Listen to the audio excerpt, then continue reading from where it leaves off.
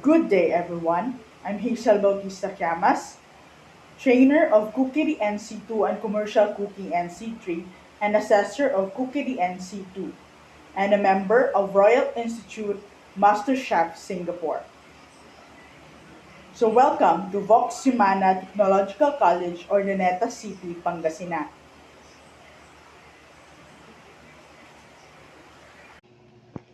Cookery. Now we will discuss about stock, soup, and sauces. Stock. The preparation of stock has been simplified in many ways since the days of Escoffier. Although this does not mean that demands less care or skill, few chefs today bother to tie vegetable for stock into bundle. For example, they're going to strain out anyway. The number of variety ingredients is usually not great at once, nor its common cooked stocks as many hours as was thought necessary. All these details are taken up one by one by section. The stock may be defined as clear, thin, that is unthickened, liquid flavored soluble substance extracted from meat, poultry, fish, and their bones from vegetables and seasoning. Our objective is to prepare stock and select proper ingredients and then extract and flavors. We want other words combine the correct ingredients with the correct procedure. Stock. A flavored liquid or broth made by cooking in water in bones, beef, chicken, or fish or vegetable. So the ingredients are water,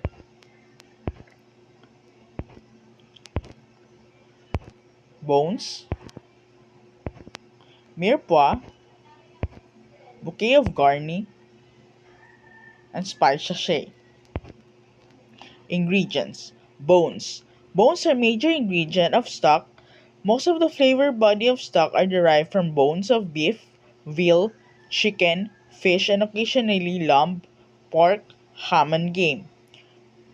Chicken stock. Of course, it is made of chicken bones. White stock is made from beef or whale bones and combination of two. Chicken bones or even pork bones are sometimes added for small quantity. Fish stock. Made from fish bone trimmings left over fillet. Bones from lean white fish give the best stock.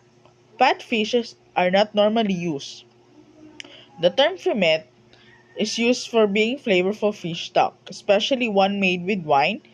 Please note the beginning of the recipe for fumet. In chapter 4, we discuss about the group of proteins called connective tissue. Remember that some of these proteins are dissolved when cooked in slow moist heat. In chapter 10, Understanding of Meat, offers more information about the substances we should learn and understand in these two basic facts. When certain connective tissues are called collagen break down from the gelatin, this gives body to the stock. An important feature of this quality.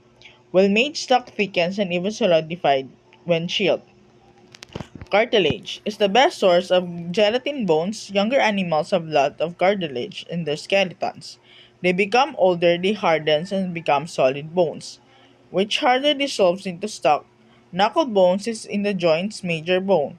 Have a lot of cartilage and value stock, making neck bones and trunk bones, and also used for cartilage great deal. Cut large bones into pieces about 33 inches long exposed for surface area of acid extraction. Also, the bones are easier to handle. Meat. Because of the cost, meat is rarely used in the stock making anymore. Chicken hearts and gizzards are used in the chicken stock. Occasionally, broth is produced as a result of simmering meat, poultry, and fowl cooked dishes and cream chicken. This broth can be used as stock. However, the chicken considered the object of the game in this case. The broth is just a byproduct. On its book, we use the broth in flavorful liquid obtained in simmering meats or vegetable. Mirepoix, automatic vegetable and the second most important contributor. Mirepoix, automatic vegetable are the second most important contributors of food stock. In case of vegetable stock, they are the most important. Mirepoix is a combination of onion, carrot, celery is a basic flavoring preparation used for areas of cooking. Only flavoring stocks are used for sauces, soups, meats, poultry, fish, and vegetable. The classical Merkwa decades ago contained a variety of ingredients, sometimes including ham or bacon, leeks and other vegetables, and one more fresh herbs. The modern version learned the portions in Mirpa basic preparation made throughout the career. White Mirpa or parsnips substituted as carrots. It is used for necessary to keep the stock colored as possible. Usually for white beef or veal stock, fish stock, celery root is substitute for the stalk celery, and even whiter mirepoix. Mushroom trimmings can also be added when it permits a good idea that includes leeks, and mirepoix is the placed part of onions and white mirepoix. They give excellent flavor. Many chefs prefer the standard mirepoix rather than the mirepoix of all stocks, and vegetable stock variety of vegetables in addition are replaced a traditional mirepoix. Soup stock. Pork, beef, chicken, 3 liters of cold water, 1 onion, 1 carrot, and 1 turnip, 1 bay leaf, 1 sprig parsley, 7 garlic cloves, 1 stalk celery, 1 tablespoon iodized salt, 5 peppercorns. Simmer the bones for 4 hours. Add the vegetable and simmer for 1 hour longer. Strain the stock to fine sieve. Add salt, pepper, and let stand in the cool place. Cutting mirepoix. Chop the vegetable coarsely into pieces of a relatively small size. Mirepoix rarely served as not usually necessary to cut in the neatly. The size depends on how long the mirepoix will cook. If the cooking it long time as a beef stock, cut the vegetable into large pieces. Cutting into small pieces is necessary for releasing flavors in a short time. Acid products. Acid, as not noted in Chapter 4, helps dissolve connective tissues that is sometimes used for stock making extra flavor body from bones. Tomato products contribute flavor acid from brown stock. They are not used to white stock because they would give undesirable color. When making brown stock, careful not add tomato, which can stock is cloudy. Wine is occasionally used, especially if fish stock, as flavor contribution probably the most important acidity. Scraps and leftover. Some kitchen stock pot keep going all day, the scrap constantly being thrown in. This may not be a good idea. Onion piqué. And in the right side, onion brulee. Ingredient portions. Bones 80%, mirepoix 10%, water 100%. The starchy vegetables such as potatoes, sweet potato, and winter squash make the stock cloudy. Use them in the clarity is not important. Some vegetables, especially strong flavored ones, is best avoided. Brussels sprouts, cauliflower, artichokes can overwhelm stock's strong flavor odor. Dark green leafy vegetables, especially spinach, develop unpleasant flavor and cook a long time. Beets turn the stock red. Cook long enough, extra flavors, not long flavors, are lost. Best cooking time 30 to 45 minutes. Sweating vegetables in small amount, oil adding water gives the lower flavor, but step can be omitted. Butter can be used and necessary to avoid animal products. Procedures. Blanching the bones. Discuss the protein coagulating and heated. Many proteins dissolve cold water but solidify into small particles into froth, scum when heated. These particles can be make the stock cloudy. Much the technique stock is making involved avoiding cloudiness and produce clear stock. The purpose of blanching the bones is to get the impurities cause the cloudiness. The bones of young animals, especially veal and chicken, has the highest blood and other impurities in a cloud discolor stock. Chefs disagree on the importance of blanching. Many feel this needed because a clear white stock, others feel blanching because valuable flavors may be lost. Fish bones and other not blanched because of the short cooking time. Procedure: blanching bones. Rinse the bones in the cold water. Place the bones in a stock pot and steam jacket kettle cover the cold water. Bring the water to boil. Drain the bones and rinse them well. Cut the bones into pieces 3 to 4 inches long. Rinse the bones in the cold water. Place the bones in the stock pot, steam jacket kettle, and cold water cover. Bring the water boil and reduce the simmer. Skim the scum and comes using the skimmer and perforated spoon. Add the chopped mirepoix and herbs and spices. Do not let the stock boil. Keep in the low steamer. Skim the surface necessary during cooking. Keep the water level above the bones. Add water if the stock reduces below this level. Simmer the recommended length of time. Beef bones 8 to 10 hours, veal bones 6 to 8 hours, chicken bones 3 to 4 hours, fish bone 30 to 45 minutes. Skim the surface and strain off the stock and china cup with line several layers of cheesecloth. Cool the stock quickly as possible follows. Then cool and refrigerate the stock and covered in containers. Understanding sauces. The function of sauces. The sauce may be defined as flavor liquid, usually thickened, used to season, flavor, and enhance other foods.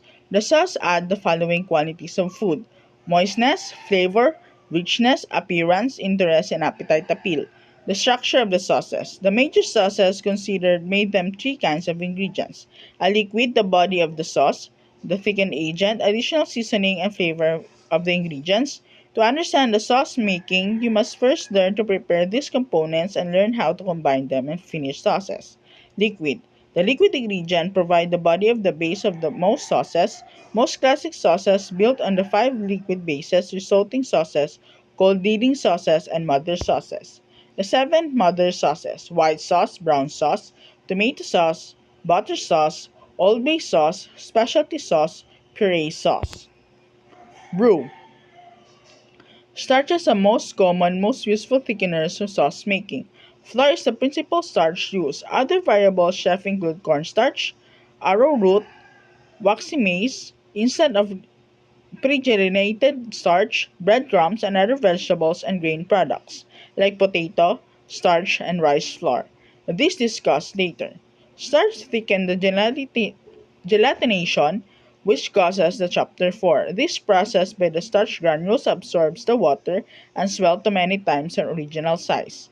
Another important point is made in chapter 4 is that acid exhibits gelatinization.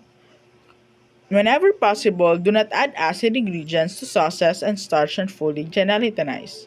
Starch granules may be separated before heating the liquid to avoid lumping. Granules are not separated. Lumping occurs because the starch on the outside lump quickly gelatinized into coating prevents the liquid form of reaching the starch inside. Starch granules separate in two ways. Mixing the starch and fat, this principle is the roux, which discussed now, the brain marie, which discussed in the next section. Mixing the starch with a cold liquid and principles of the starch such as cornstarch are also used in the flour, but not later. As a result, an inferior sauce mixture, raw starch, cold liquid, slurry. Fat. Clarified butter is preferred to refined sauce because of the flavor. A butter clarified because of the moisture content, the whole butter tends to gelatinize some of the starch and makes the roux hard work. Margarine is widely used in the place of butter because of the lower cost. However, its flavor inferior the butter, it does not make the fine sauce. The quality of margarine varies to the brand from brand. Animal fat, such as chicken fat, beef drippings, and lard, are used for flavor appropriate for the sauce. Chicken fat are also for veal velouté, beef drippings for beef gravy, and properly used for animal fat enhance the flavor of the sauce. Vegetable oil and shortening can be used for roux but used for no flavor and not preferred. Solid shortening are also disadvantages and having making melting point. This give a pleasant furry feeling of the mouth and best reserved from the bake shop and fry kettle. Today, the raw thickened sauces,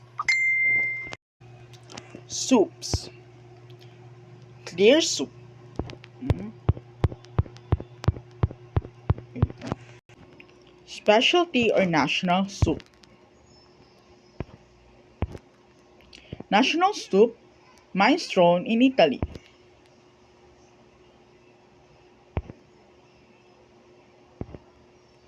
National soup, French onion, France.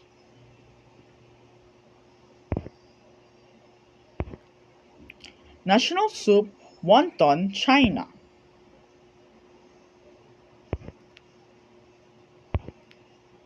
Gazpacho, Spain. National soup, Philippines sinigang, Bulgaria tarator, Colombia ajianco, Portugal caldo verde, Hungary paprika soup, Japan miso soup, Mexico menudo. Accompaniments: bread, crackers, buns, toast, crouton, breadstick, garlic bread, cake, tortillas, cookies, and much more.